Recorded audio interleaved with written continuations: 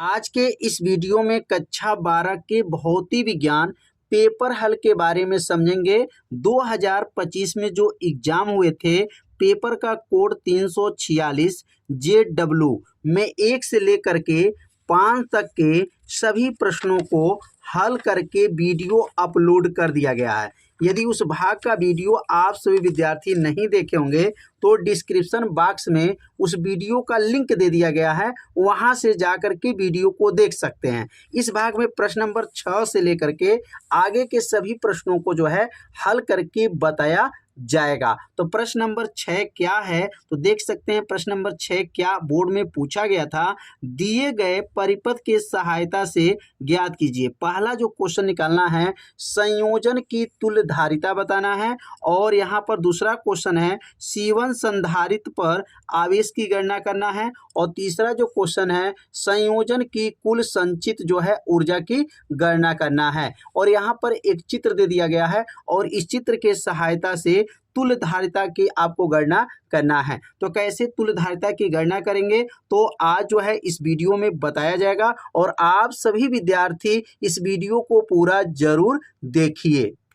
तो अब ये चित्र को ध्यान से जब देखेंगे तो यहाँ पर जो चित्र में देख रहे हैं C2 और ये C3, ध्यान देंगे C2 C3 जो है यह श्रेणी क्रम में है। तो पहले इस श्रेणी क्रम का तुल्य यहाँ पर धारिता की गणना कर लेंगे। आज जब C2 C3 का जब तुल्य धारिता की गणना कर लेंगे और तब यहाँ पर जो मान निकला यह C1, तो अब इसमें जो तुल्य धारिता का जो मान आएगा वह मान और यह C1 का मान जब मिलाया जाएगा तो यह हो जाएगा समांतर क्रम। तो पहले इतना को हल कर लेते हैं श्रेणी क्रम। तो कैसे यहाँ पर हल लिखेंगे और यहाँ लिखाएगा हल में, तो लिखेंगे यहाँ पर सबसे पहले लिख लीजिए हल, और हल में लिखेंगे यहाँ पर कौन कौन जो है श्रेणी क्रम में है और कौन कौन जो है समांतर क्रम में है। तो यहाँ लिखेंगे C2 तथा C3, यहाँ पर C2 और C3 श्रेणी क्रम में हैं। अब यहाँ श्रेणी क्रम में जुड़े हुए हैं तो श्रेणी क्रम में अब तुल्य यहाँ पर धारिता निकालेंगे। तो लिखेंगे श्रेणी क्रम में जुड़े हुए हैं। किस क्रम में जुड़े हैं? श्रेणी क्रम। कौन कौन? C2 और C3।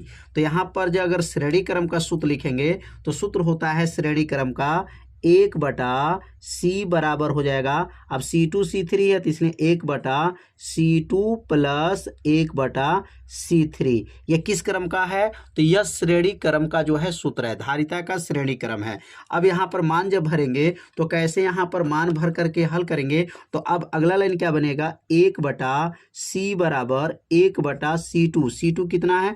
20 माइक्रोन है। क्या है? 20 माइक्रोन फैराड है।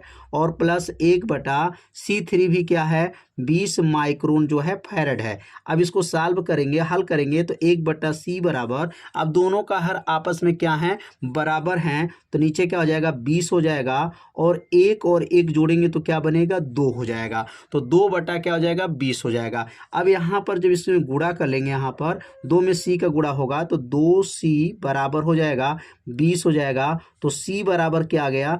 20/2 हो जाएगा। अब 2 से 20 को काट देंगे तो C का मान जो है 10 आ जाएगा। अब 10 माइक्रोन फैराड जो आया है, 10 माइक्रोन फैराड जो आ गया, यह मान जो है इसको और इसको जब मिलाए हैं तो यह 10 माइक्रो फैराड आ गया। अब यह 10 माइक्रो फैराड और ऊपर ये 10 माइक्रो यहाँ पर है, तो अब 10 माइक्रो और 10 माइक्रो किस क्रम में हो जाएगा? तो यह समांतर क्रम हो जाएगा। क्या हो जाएगा? समांतर क्रम हो जाएगा। तो अब यहाँ पे लिख लेंगे जो ये C का मान निकला है, यह मान 10 माइक्रो फैराड और ऊपर जो है C1, यह दोनों मिला करके किस क्रम में बनेगा? समांतर क्रम में होगा। तो अब अगला लाइन क्या लिखेंगे कि C जो अभी मान निकला वह मान C तथा और C1 समांतर क्रम में है। किस क्रम में? समांतर क्रम में है। अब यहाँ समांतर क्रम में लिख लेंगे।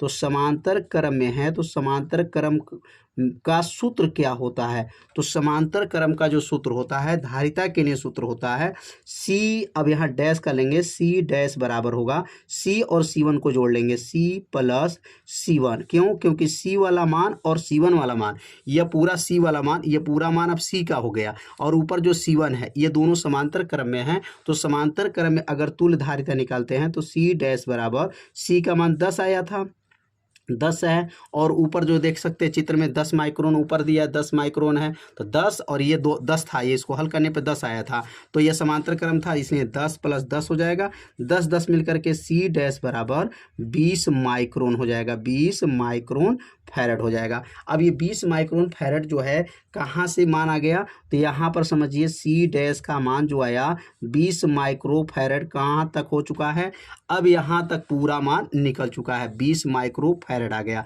इसका नाम A रख दीजिएगा और यहाँ पे इसका नाम क्या है B, माने AB तक। अब AB तक का पूरा मान 20 माइक्रो फैरड आ चुका।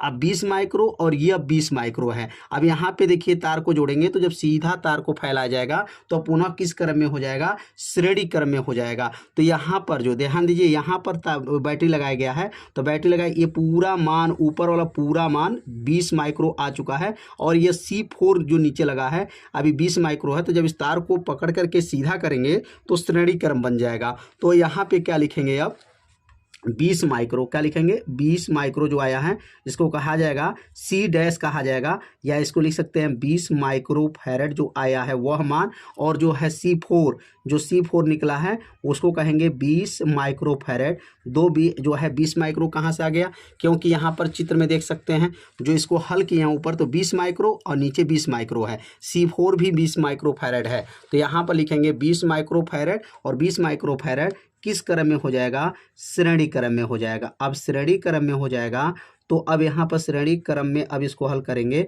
श्रेणी क्रम में है, तो अब यहाँ पुनः तुल्यधारिता का सूत्र लागू करेंगे। तो तुल्यधारिता का सूत्र क्या बनेगा, तो लिखेंगे यहाँ पर 1/C डबल डैश हो जाएगा बराबर 1/ यहाँ पर लिख सकते हैं, अब ये होगा C डैश प्लस 1/C4 हो जाएगा। C डैश वाला मान लेंगे और C4 वाला मान लेंगे। तो अब इसको हल करेंगे तो क्या मान आएगा, 1/C डबल डैश बराबर 1/C डैश का मान क्या आया था, 20 माइक्रो आया था, प्लस और C4 का मान क्या है, 20 माइक्रो है। अब इसको हल करेंगे तो 1/C डबल डैश बराबर हो जाएगा 2/ और नीचे क्या हो जाएगा, 20 हो जाएगा। अब इसको सॉल्व करेंगे तो 1/C डबल डैश बराबर 1/10 आ जाएगा, और यहाँ C डबल डैश का मान क्या आ जाएगा, तो तुल्यधारिता यहाँ पर निकल गया 10 माइक्रो फैरड।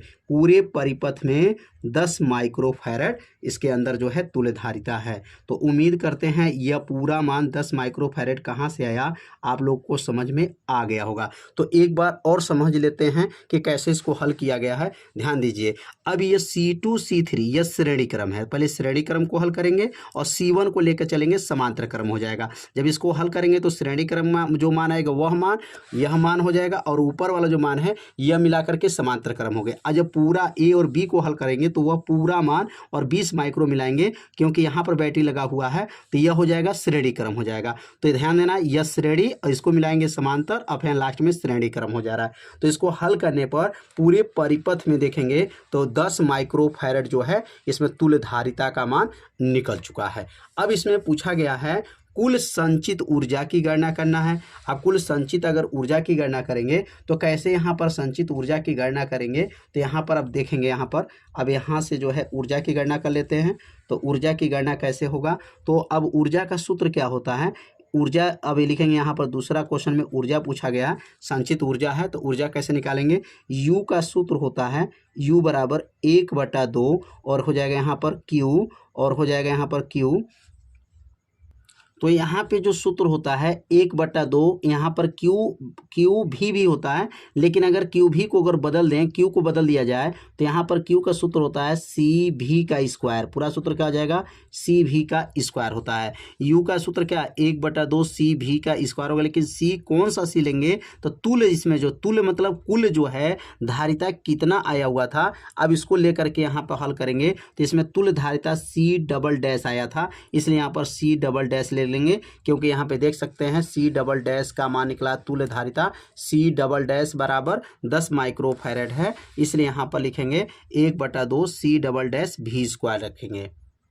अब मान इसमें रखेंगे तो क्या आएगा, U बराबर हो जाएगा 1/2 हो जाएगा, और C डबल डैश का मान 10 माइक्रो आया था, तो 10 माइक्रोन था, तो 10 माइक्रोन में कितने घात होते हैं, 10 के पावर -6 घात हो जाएगा। ये 10 माइक्रोन इसको कहा जाता है, 10 × 10 के पावर -6। और भी वोल्टेज क्या है प्रश्न में देखेंगे तो वोल्टेज 20 वोल्ट है, तो यहाँ लिखेंगे 20 का वर्ग हो जाएगा, 20 का वर्ग हो गया। अब इसको हल करेंगे तो U बराबर क्या होगा, 2 से 10 को काट दीजिए तो 2 से 10 कटेगा, कितने बार में जाएगा, 5 × 10 के पावर -6 हो जाएगा, और 20 का वर्ग करेंगे तो यह हो जाएगा 400 हो जाएगा। अब U बराबर हो जाएगा 400 को गुणा 5 में करेंगे, 400 का गुणा 5 में करेंगे, 5 चौको 20, 2000 होगा, 10 के पावर -6 हो जाएगा। 3 जीरो इसमें से कम कर लीजिए तो U बराबर हो जाएगा 2 × 10 के पावर -3 जूल हो जाएगा। इसमें ऊर्जा की गणना करना था, तो ऊर्जा की गणना क्या हो गया, U बराबर 2 × 10 के पावर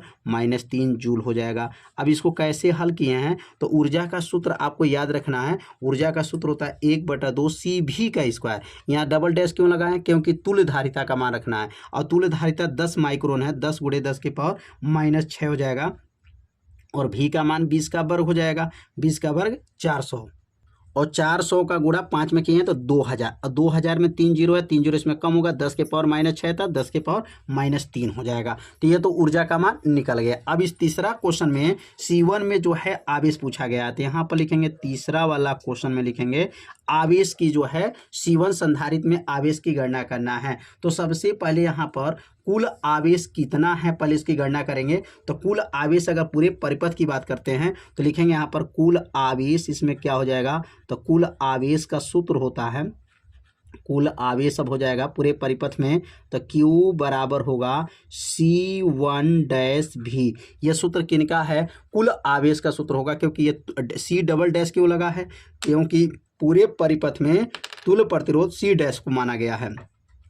अब Q बराबर C डबल डैश का मान कितना आया था, तो C डबल डैश का मान जो है 10 माइक्रोन आया था, 10 जो है यहाँ पर माइक्रोन फैरेड, 10 × 10 के पावर -6 हो जाएगा, और V का मान प्रश्न में 20 था, 20 वोल्टेज है। अब 20 में जब 10 के गुणा कर लेंगे तो कितना आ जाएगा, Q बराबर हो जाएगा, Q बराबर हो गया 200 × 10 के पावर -6 कूलाम का आवेश हो जाएगा। यहाँ पर कूलाम का आवेश निकल जाएगा। अगर इसमें 2 जीरो कम भी कर लेते हैं तो Q बराबर क्या हो जाएगा, 2 × 10 के पावर -6 था, अब -4 हो जाएगा, क्योंकि इसमें 2 जीरो कम हुआ, तो क्या बन जाएगा, यहाँ पर कूलाम हो गया। अब कितना मान आ गया, पूरे परिपथ में 2 × 10 के पावर -4 कूलाम का आवेश है। अगर AB सिरे की बात करते हैं, A और B की बात कर रहे हैं, यहाँ से लेकर के A और B में ही C1 है, तो A और B के बीच में यहाँ पर हम लोग विभवांतर गणना कर लेते हैं कि A और B के बीच में विभवांतर कितना होगा। तो यहाँ लिखेंगे AB के सिरों का विभवांतर, किसके सिरों का, AB के सिरों का विभवांतर, लिखेंगे यहाँ पर AB के सिरों का विभवांतर, लिखेंगे AB के सिरों का विभवांतर। तो पहले विभवांतर निकाल लेते हैं, कितना विभवांतर हो रहा है, तो विभवांतर कैसे निकलेगा, तो विभवांतर के लिए सूत्र होगा V1 बराबर हो जाएगा Q बटा, और यहाँ पर जो है C' हो जाएगा, C क्या लिखेंगे यहाँ पर डैश हो जाएगा। अब ये C' क्यों लिख रहे हैं, क्योंकि AB तक का, ध्यान देंगे AB तक का अगर हम लोग देखा जाए, AB तक का तुल्य धारिता क्या निकला था, A से B तक के या ऊपर वाला पूरा तुल्य धारिता कितना आया था, तो यहाँ देख सकते हैं C' का मान कितना आया था, तो C' का मान देख सकते हैं 20 माइक्रोन आया था। C' का AB तक का है, AB तक के बीच का तुल्य धारिता कितना आया था, 20 माइक्रोन आया हुआ था। तो अब यहाँ लिखेंगे C' के जगह पे लिखेंगे अगला लाइन क्या बनेगा, V1 बराबर हो जाएगा। अब यहाँ पर Q का मतलब कुल आवेश कितना आया है, तो कुल आवेश आया है 2 × 10 के पावर -4 आया है, और बटा हो जाएगा, और C' का मान कितना आया है, तो C' का मान आया था 20 माइक्रोन, तो 20 माइक्रोन मतलब 20 × 10 के पावर -6 हो जाएगा। अब इसको सॉल्व करेंगे तो 6 घात ऊपर जाएगा, तो V1 बराबर क्या होगा, 2 × 10 के पावर -4 और प्लस इसमें 6 घात ज्वाइंट हो जाएगा, पूरे का बटा नीचे क्या होगा 20 हो जाएगा। अब यहाँ पे लिखेंगे V1 बराबर, तो लिखेंगे V1 बराबर क्या हो जाएगा, 2 × 10 के पावर 6 घात में से 2 घात जाएगा, 2 घात हो जाएगा, बटा क्या हो जाएगा 20 हो जाएगा। अब यहाँ पे इसको हल करेंगे तो क्या बनेगा, 10 का वर्ग 100 हो जाएगा, 100 में गुणा करेंगे तो V1 का मान पूरा आ जाएगा, यहाँ पर 20 से कट जाएगा पूरा, तो कितना आ जाएगा 10 वोल्ट जो है 10 वोल्ट यहाँ पर आ गया, यहाँ पर वोल्टेज आ गया, किसके AB के सिरों का वोल्टेज आ गया। अब यहाँ Q1 पूछा गया है, तो Q1 का मान जो है पहले वाले आवेश में, पहले Q1 में कितना आवेश है, तो लिखेंगे यहाँ पर Q1 बराबर सूत्र क्या होगा, तो Q1 बराबर होगा C1 V1 हो जाएगा। अब C1 कितना था, तो देख सकते हैं C1 कितना माइक्रोन था, 10 माइक्रोन था। कितना था, 10 माइक्रोन। चित्र में देख लीजिए 10 माइक्रोन है। C1 कितना है, 10 माइक्रो फैरेड है। अब यहाँ पर C1 का मान रख दीजिए। C1 का मान जो है 10 माइक्रोन यहाँ पर रखा जाएगा। तो क्या बनेगा यहाँ पर 10 माइक्रोन मतलब 10 गुणे 10 के पावर -6 10 माइक्रोन हो गया, और V1 का मान 10 आया है। अब इसको हल करेंगे तो एक घात यह और एक घात मिलकर के 2 घात, 2 घात में से 6 घात घटा दीजिए, 10 के पावर -4, और आवेश का मात्रक क्या होगा, कूलाम हो जाएगा। 10 के पावर -4 कूलाम। थोड़ा सा यहाँ जगह कम है, ध्यान दीजिएगा। Q1 में पूछा गया था, मतलब पहले मैंने Q1 मतलब आपका C1 धारिता आपको निकालना है। C1 में कितना हमारा आवेश है, तो ये C1 में हमारा आवेश निकालना था। तो कौन कौन काम करना पड़ेगा, सबसे पहले हमको कुल आवेश निकाल लीजिए। कुल आवेश निकलने के बाद से AB के सिरों का बीच का विभवांतर निकाल लीजिए। विभवांतर जो है V1 निकल गया। अब V1 निकलने के बाद से जो है आपका Q1 का मान निकालना है, तो C1 V1 होगा। तो C1 का मान 10 माइक्रोन था, और यहाँ V1 10 वोल्ट आया था। तो 10 घात यहाँ पर 1 घात और 2 घात, 2 घात में से 6 घात घटा दीजिए, -4 घात कूलाम हो गया। तो यह क्वेश्चन जो है आप लोग अच्छे से समझ लिए होंगे कैसे इसको हल किया गया है। इसमें 3 प्रश्न थे, तीनों प्रश्न को बहुत सरल भाषा में बताया गया है। तो इसको एक बार अपने कॉपी में हल कीजिएगा, नोट कीजिएगा और अच्छे से समझिएगा। तो वैद्युत धारा का चुंबकीय प्रभाव से क्या अभिप्राय है। 2 धारावाही समांतर चालक तारों के बीच लगने वाले बल का व्यंजक प्राप्त कीजिए और इसके आधार पर वैद्युत धारा के मात्रक एम्पियर को परिभाषित कीजिए। तो इसमें देखा जाए तो एक प्रश्न यहाँ खत्म हुआ, और एक प्रश्न जो है बल वाला 2 प्रश्न खत्म हुआ, और एक प्रश्न यहाँ पर एम्पियर। 3 प्रश्न इसमें पूछा गया है। तो तीनों प्रश्नों को जो है अच्छे से आपसे विद्यार्थी समझिएगा। तो पहला जब हेडिंग नोट करेंगे क्या है, वैद्युत धारा के चुंबकीय प्रभाव। अब वैद्युत धारा के चुंबकीय प्रभाव के बारे में आप समझेंगे कि वैद्युत धारा का चुंबकीय प्रभाव क्या होता है। तो यहाँ पर सबसे पहले हेडिंग नोट करेंगे, वैद्युत धारा का चुंबकीय प्रभाव। क्या हेडिंग रहेगा, वैद्युत धारा का चुंबकीय प्रभाव क्या है। अब इसका परिभाषा बहुत आसान है। वैद्युत धारा के चुंबकीय प्रभाव का उत्तर क्या है, बस थोड़ा सा आप लोग ध्यान देंगे तो परिभाषा आपको क्या होगा, याद हो जाएगा। वैद्युत धारा का चुंबकीय प्रभाव, पहले हेडिंग को नोट कर लेंगे। अब इसका परिभाषा क्या है, जब तार में, याद रखेंगे, जब तार में वैद्युत धारा प्रवाहित किया जाता है, जब तार में क्या करते हैं, वैद्युत धारा प्रवाहित किया जाता है, तो उसके चारों ओर चुंबकीय क्षेत्र उत्पन्न हो जाता है। इस घटना को ही वैद्युत धारा का चुंबकीय प्रभाव कहा जाता है। बहुत आसान परिभाषा है। तो परिभाषा को यहाँ पर कैसे लिखेंगे, तो पहले हेडिंग को नोट कर लीजिए, वैद्युत धारा का चुंबकीय प्रभाव, और परिभाषा को अब यहाँ पर नोट करेंगे। क्या लिखेंगे यहाँ पर परिभाषा, तो अब यहाँ लिखेंगे, जब किसी चालक में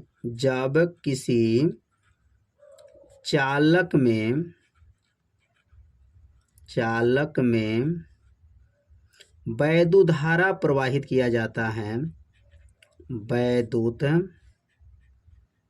धारा प्रवाहित होती है, वैद्युत धारा प्रवाहित होती हैं, वैद्युत धारा प्रवाहित होती हैं, तो उसके होती हैं तो उसके चारों ओर, उसके चारों ओर चुंबकीय क्षेत्र उत्पन्न हो जाता है। क्या उत्पन्न हो जाता है, चारों ओर चुंबकीय क्षेत्र उत्पन्न हो जाता है, चुंबकीय क्षेत्र उत्पन्न हो जाता है, उत्पन्न हो जाता है, उत्पन्न हो जाता है। इस घटना को, उत्पन्न हो जाता है, इस घटना को क्या कहते हैं, इस घटना को वैद्युत धारा का, इस घटना को वैद्युत धारा का चुंबकीय प्रभाव कहते हैं, वैद्युत धारा का चुंबकीय प्रभाव कहते हैं, वैद्युत धारा का चुंबकीय प्रभाव। कितना आसान परिभाषा है, 2 बार पढ़िए, परिभाषा क्या होगा याद हो जाएगा। कैसे परिभाषा लिखना है, जब कि कोई भी चालक है, किसी भी चालक में वैद्युत धारा जब प्रवाहित किया जाता है तो उसके चारों ओर चुंबकीय क्षेत्र उत्पन्न हो जाता है, और उत्पन्न जब हो जाएगा तो इसी घटना को वैद्युत धारा का चुंबकीय प्रभाव कहते हैं। तो परिभाषा तो यहाँ तक समाप्त हो गया। अब एक डेरिवेशन करना है, मतलब एक सूत्र का निगमन करना है। और सूत्र का निगमन क्या है, 2 धारावाही समांतर चालक तारों के बीच लगने वाला बल का व्यंजक प्राप्त करना है। तो अब यहाँ पे नीचे हेडिंग नोट कर लेंगे। अब यहाँ पे जो हेडिंग होगा, क्या हेडिंग है, 2 धारावाही समांतर चालक तारों के बीच लगने वाला बल। अब यहाँ 2 धारावाही है, देखिए सीधी धारावाही जो तार है और समांतर तार है, क्या है, समांतर तार है। और इस तार का नाम भी रख सकते हैं, इस तार का नाम P है और यहाँ पर Q, PQ है, और इस तार का नाम क्या है, R है, और यहाँ पर क्या है, ES है। इसमें जो धारा प्रवाहित हो रहा है, यहाँ पे लिखेंगे I1 एम्पियर की धारा प्रवाहित हो रहा है। पहला तार में I1 एम्पियर और दूसरा जो तार है इसमें I एम्पियर की धारा प्रवाह हो रहा है। और इसके बीच में जो है, इसके बीच में F बल लगा है, इसके अंदर तार के बीच में जो है वैद्युत बल जो लगा है इसको कहेंगे F बल लगा है। और यह कितनी दूरी पर है, तो कहेंगे यहाँ पर यह लिखेंगे दोनों तार R दूरी पर है। कितनी दूरी पर है, R दूरी पर, दोनों तार समांतर तार R दूरी पर यह रखा गया है। तो यह आकृति आप लोग को पहले समझना है कि 2 समांतर तार रहेगा, पहले तार में I1 एम्पियर, दूसरे तार में I2 एम्पियर की धारा प्रवाह रहा है। दोनों तारों के बीच जो बल लगा है F है, और दोनों तारों के बीच की दूरी क्या है, R है। तो यहाँ पर सबसे पहला काम जो है आपको माना लिखना पड़ेगा कि माना क्या क्या देख रहे हैं। तो यहाँ पर माना हम देख रहे हैं 2 तार समांतर तार है, तो लिखेंगे यहाँ पर माना, क्या लिखेंगे यहाँ पर, माना 2 समांतर तार है। क्या लिखेंगे, माना 2 तार, 2 तार का नाम क्या है, तो कहेंगे 2 तार PQ है, PQ तथा और कौन तार है, RS है। 2 तार PQ तथा RS एक दूसरे से, क्या लिखेंगे, एक दूसरे से कितनी दूरी पर है, तो कहेंगे एक दूसरे से R दूरी पर है। कितनी दूरी पर है, R दूरी पर स्थित है। कितनी दूरी पर, R दूरी पर है, R दूरी पर है। कितने दूरी पर दोनों तार है, R दूरी पर तार है। लिखेंगे तब पहले तार पर, अब क्या लिखेंगे, पहले तार पर कितना धारा है, कहेंगे पहले तार में कितना कितने धारा प्रवाहित हो रहा है, I1 एम्पियर। कहेंगे पहले तार में I1 एम्पियर, क्या लिखेंगे, I1 एम्पियर, और दूसरे तार में क्या है, I2 एम्पियर। तो लिखेंगे यहाँ पर पहले तार में I1 एम्पियर तथा दूसरे तार में, यहाँ लिखेंगे अब दूसरे तार में I2 एम्पियर प्रवाह हो रहा है। कितना, दूसरे तार में I2 एम्पियर जो है धारा प्रवाह हो रहा है। I1 है और एक कौन सी है, I2 है। तो पहले तार में I1 एम्पियर और दूसरे तार में I2 एम्पियर जो है धारा प्रवाह हो रहा है। यह धारा लिख सकते हैं यहाँ पर, धारा बह रहा है। धारा क्या हो रहा है, बह रहा है। तो एक बार और समझ लेते हैं, यहाँ कितने तार हैं, 2 तार हैं। तार का नाम क्या है, PQ है और RS है, एक दूसरे से R दूरी पर है। पहले तार में I1 एम्पियर है और दूसरे तार में I2 एम्पियर धारा बह रहा है। और उनके बीच क्या लिखेंगे, और उनके बीच लिखेंगे तथा उनके बीच कितना बल लगा है, तो कहेंगे उनके बीच F बल लगा। उनके बीच कितना बल है, कहेंगे उनके बीच लगने वाला बल। अब लगने वाला बल क्या है, तो कहेंगे बल F है। लगने वाला बल क्या है, F है। तो अब इतना जो है माना जो है, इसमें आकृति को देख करके यह माना लिखा गया। अब माना लिखने के बाद से लिखेंगे अब पहले जो तार है, जो पहले तार में कितने एम्पीयर की धारा बह रहा है, तो लिखेंगे यहाँ पर पहले जो तार में, तो लिखेंगे यहाँ पर पहले, क्या लिखेंगे यहाँ पर, पहले चालक पर उत्पन्न, क्या लिखेंगे, पहले चालक पर उत्पन्न, पहले चालक पर उत्पन्न जो है चुंबकीय क्षेत्र, उत्पन्न क्या लिखेंगे यहाँ पर, चुंबकीय क्षेत्र, पहले चालक पर उत्पन्न चुंबकीय क्षेत्र। अब यहाँ चुंबकीय क्षेत्र का सूत्र क्या होता है, तो चुंबकीय क्षेत्र का सूत्र हो जाएगा B बराबर होता है, सूत्र आप लोग पढ़े होंगे, म्यू नॉट अपान 2 पाई और क्या होता है बटा I बटा R होता है। लेकिन ये पहले तार पर है तो इसलिए यहाँ पे क्या लिखेंगे, B है तो इसको B1 कर लेंगे, बराबर हो जाएगा और यहाँ पर क्या होगा, म्यू नॉट हो जाएगा अपान क्या हो जाएगा 2 पाई हो जाएगा, और ये I है तो इसलिए पहले तार है तो I1 हो जाएगा और R है तो R ही रहेगा। ये बन जाएगा समीकरण नंबर 1। तो पहले तार पर उत्पन्न चुंबकीय क्षेत्र कैसे निकाले हैं, एक बार रिवीजन करते हैं। पहले चालक पर उत्पन्न चुंबकीय क्षेत्र B बराबर mu naught upon 2 pi I बटा R होता है। तो ये B1 हो गया, पहले तार हो गया, म्यू नॉट अपान 2 पाई I1 बटा R, ये बन गया समीकरण नंबर 1। तो पहले तार पे जो है उत्पन्न चुंबकीय क्षेत्र खत्म। अब बल यहाँ पे गणना करेंगे तो अब लिखेंगे दूसरे, क्या लिखेंगे यहाँ पर, दूसरे, क्या लिखाएगा, दूसरे तार पर, अब लिखेंगे यहाँ पर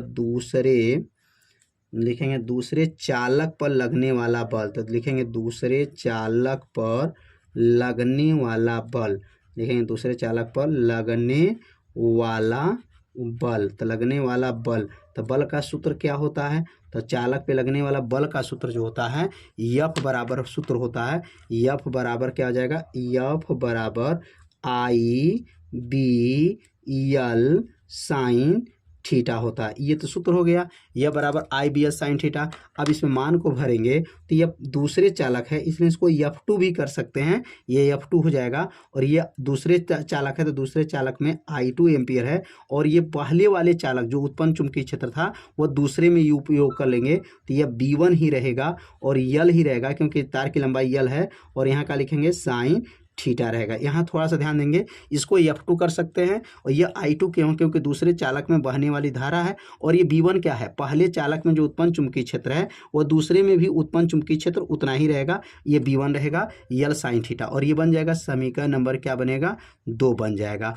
अब ये B1 का मान जो निकला है ये B1 के जगह पर रख देंगे, तो B1 के जगह पर जब रखेंगे तो क्या लिखेंगे यहाँ पर, समीकरण 1 का मान जो निकला है, समीकरण 1 का मान जो निकला है, समीकरण 1 का मान B1 का जो मान निकला है वह समीकरण नंबर 2 में रखेंगे। समीकरण क्या करेंगे, 2 में रखने पर, अब समीकरण 2 में रख देंगे, समीकरण 2 में रखने पर अब किसके जगह पे रखेंगे, तो ये B1 के जगह, B1 को हटा देंगे और B1 वाला मान को यहाँ पर रख देंगे, तो क्या बन जाएगा, तो अगला लाइन जो बनेगा F बराबर हो जाएगा, F बराबर, अब F बराबर हो गया। अब यहाँ पर I2 है तो यहाँ I2 रहेगा, B1 का मान हट जाएगा, B1 का मान क्या होगा, म्यू नॉट अपान 2 पाई हो जाएगा, 2 पाई I1 बटा क्या है R, उसके बगल में क्या है L, और उसके बगल में क्या है साइन थीटा हो जाएगा। तो क्या बना, यहाँ पे मान रखेंगे F बराबर I2, यह I2 उतर जाएगा, B1 का मान म्यू नॉट अपान 2 पाई I1 बटा R और L साइन थीटा। अब इसको सीधा क्रम में लिख देंगे, सीधा क्रम में जब लिखाएगा तो क्या बनेगा, F बराबर होगा म्यू नॉट अपान 2 पाई, म्यू नॉट अपान क्या हो जाएगा 2 पाई हो जाएगा, और यहाँ लिखेंगे I1 क्या हो जाएगा, I1 I2 बटा R और बगल में L, और ये क्या बनेगा साइन थीटा हो जाएगा। यही जो है सीधे जो है समांतर तार के बीच में लगने वाला बल का सूत्र आ गया। अगर यहाँ साइन थीटा के मान बात करते हैं तो थीटा यहाँ सीधा तार है तो 90 अंश का कोण पर है, इसलिए यहाँ साइन थीटा के जगह पर 90 अंश रख सकते हैं, थीटा के जगह हटाएंगे और साइन थीटा 90 अंश रखेंगे, और साइन 90 अंश का मान क्या होता है 1 होता है। तो अगला लाइन जो है यहाँ पर थीटा का मान रख लेंगे। तो यह सूत्र का निगमन जो किया गया बहुत आसान विधि से किया गया है, बहुत सरल विधि से किया गया है। एक बार ध्यान देंगे, पहले तार में उत्पन्न चुंबकीय क्षेत्र निकालिएगा, और जब चुंबकीय क्षेत्र निकल जाएगा तो दूसरे चालक पे लगने वाला बल जब निकालेंगे तो यह I2 रहेगा और ये B1 रहेगा, क्योंकि चुंबकीय क्षेत्र जो B1 वाला है इसमें यूज करना रहता है, और L लंबाई है जो तार की लंबाई है उसको L ही मानेंगे, और यहाँ दोनों तार बराबर है, याद रखिए L1 L2 नहीं लेंगे, केवल L लंबाई का तार है तो इसलिए यहाँ पर L रहेगा। और अब रखेंगे साइन थीटा, थीटा के जगह पर अब 90 अंश रखने जा रहे हैं। अब यहाँ थीटा बराबर जो है, थीटा बराबर जब 90 अंश रखेंगे तो क्या सूत्र बना था, एफ बराबर सूत्र था म्यू नॉट अपान 2 पाई, और क्या था यहाँ पर I1 था, I2 था, R था और यल साइन थीटा, तो थीटा के जगह पर 90 अंश हो गया। अब मान जब भर दिया गया तो यहाँ पर अगला लाइन क्या बनेगा, एफ बराबर हो जाएगा म्यू नॉट अपान 2 पाई, और यहाँ हो जाएगा I1 I2 बटा R यल, और साइन 90 अंश का मान 1 हो जाएगा। अब 1 में जब गुणा कर लेंगे तो एफ का सूत्र क्या हो गया, एफ बराबर म्यू नॉट अपान 2 पाई, और यहाँ का आ जाएगा I1 I2, और यल एक में 1 का गुणा करेंगे तो यल ही रहेगा, बटा में क्या होगा, R हो जाएगा। तो यह मान जो है क्या क्या आ गया, समझ में आ गया होगा। यहाँ थीटा व 90 अंश क्यों रखे हैं, क्योंकि दो समांतर तार है और समांतर तार जो होते हैं एक दूसरे के क्या होंगे, लंबवत हो जाएंगे, तो इसमें थीटा व का लिखेंगे, 90 अंश रखेंगे, और सीधा होने की वजह से, समांतर होने की वजह से 90 अंश का कोड बना है, और साइन 90 अंश का मान 1 हुआ, और 1 में जब गुणा करे हैं तो मान आ गया यह बराबर म्यू नॉट अपन 2 पाई I1 I2 यल बटा R। अब इतना का मान आपको याद होगा, क्या मान होता है, एफ बराबर होता है 2 गुणे 10 के पावर -7 होता है, और ये क्या बनेगा, I1 I2 यल बटा R हो जाएगा। यह जो मान जो आया, किसका मान आ गया, दो समांतर जो है धारावाही चालक पर लगने वाला यह बल का सूत्र का निगमन हो गया। तो उम्मीद करते हैं सूत्र आप लोगों को अच्छे से समझ में आ गया होगा। अब यहाँ पर ये जो है एम्पियर की परिभाषा बताना है, तो अब लिखेंगे यहाँ पर एम्पियर की परिभाषा। अब इस सूत्र से एम्पियर की अगर परिभाषा लिखेंगे तो यहाँ लिख देंगे यहाँ पर एम्पियर की परिभाषा, और एम्पियर की परिभाषा बनाना सीखेंगे तो एम्पियर की परिभाषा लिखेंगे, और कैसे परिभाषा बनाया जाएगा बहुत आसान है, बस थोड़ा सा आपको ध्यान देना है। लिखेंगे यहाँ पर एम्पियर की परिभाषा, और यहाँ पर एम्पियर की परिभाषा जब बनाएंगे तो कैसे एम्पियर की परिभाषा बनेगा तो ध्यान देंगे। अब इसमें I1 है, I2 है, यल है, R है। अब इसको यहाँ पर लिखेंगे यदि, क्या लिखेंगे यहाँ पर, यदि यहाँ क्या क्या मान रहे हैं, अगर हम I1 को और I2 को, दोनों को I1 I2 को 1 एम्पियर मान लें, मतलब धारा 1 एम्पियर हो गया दोनों के जगह पर, तो 1 एम्पियर हो जाएगा, और लंबाई जो है 1 मीटर मान लीजिए, लंबाई 1 मीटर मान लीजिए, और दूरी भी 1 मीटर मान लीजिए, R बराबर 1 मीटर। तो क्या रिजल्ट आएगा, EF का क्या सूत्र बनेगा, क्या मान आएगा, अब मान भर कर देखेंगे तो यहाँ लिखेंगे यहाँ पर, तो ये मान भरने के बाद क्या आता है, तो EF का सूत्र क्या है, ऊपर देखिए EF का सूत्र बना है, EF बराबर क्या है, 2 गुणे 10 के पावर -7, ये बना था I1 था, I2 था, और क्या था, यल था, और बटा में क्या था, R था। अब इसमें मान को भरना पड़ेगा, तो जब मान को इसमें भरेंगे तो क्या बनेगा, एफ बराबर हो जाएगा 2 गुणे 10 के पावर -7 हो गया, गुणे, अब I1 को मान कितना माने हैं, 1 माने हैं, I2 के ना माने हैं, 1 माने हैं, यल का मान 1 माने हैं, और बटा में R का मान भी 1 है। जब इसको हल कर लेंगे तो 1 एक नाम 1 एक नाम 1, पूरा मान क्या आ जाएगा, गुणा करने पर क्या आएगा, एफ बराबर आएगा 2 गुणे 10 के पावर -7 आ गया, और मात्रक क्या होता है, बल का मात्रक क्या होता है, न्यूटन होता है। तो यह मान जो आया, एफ का मान 2 गुणे 10 के पावर -7 न्यूटन आया। लेकिन यह मान कब आएगा, यह मान कब आएगा, 2 गुणे 10 के पावर -7 न्यूटन कब आएगा, जब यहाँ पर I1 I2 1 एम्पियर, लंबाई 1 मीटर, R बराबर 1 मीटर हो, तो बल 2 गुणे 10 के पावर -7 जब न्यूटन होगा, जब ये न्यूटन होगा तो धारा कितनी होनी चाहिए, 1 एम्पियर होनी चाहिए। तो अब यहाँ पर इसकी परिभाषा लिखेंगे यहाँ पर, अर्थात, और यहाँ परिभाषा क्या बनेगा, तो अब यहाँ परिभाषा लिख लेंगे कि परिभाषा बनेगा 1 मीटर लंबे, को मीटर कहेंगे यहाँ पर, 1 मीटर लंबे तार होना चाहिए, लिखेंगे यहाँ पर 1 मीटर, कितने मीटर, 1 मीटर लंबे।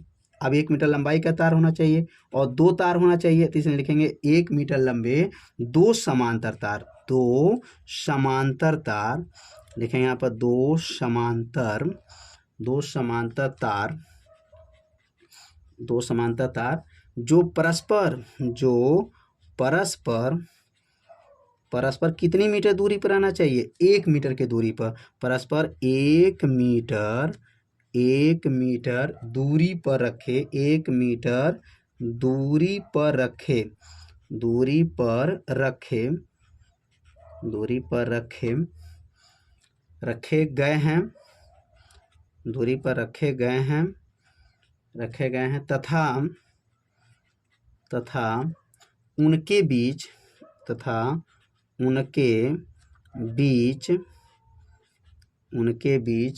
लगने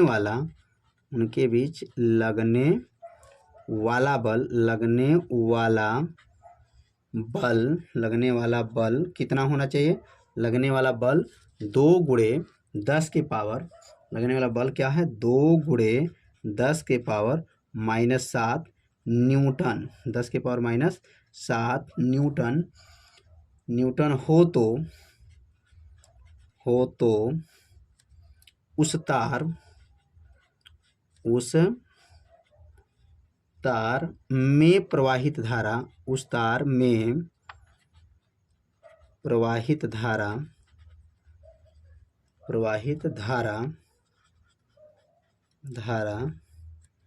1 एम्पियर होगा, 1 एम्पियर होगा। तो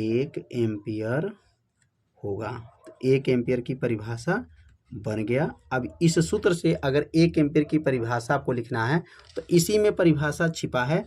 1 मीटर लंबे तार होनी चाहिए, 2 समांतर तार होना चाहिए और 1 मीटर की दूरी पर होना चाहिए। इसमें बल कितना होना चाहिए? 2 गुणे 10 के पावर माइनस 7 न्यूटन का बल रहेगा तो उसमें धारा 1 एम्पियर हो जाएगा। तो 1 एम्पियर होने के लिए ये क्या शर्त होना चाहिए? तो शर्त क्या है?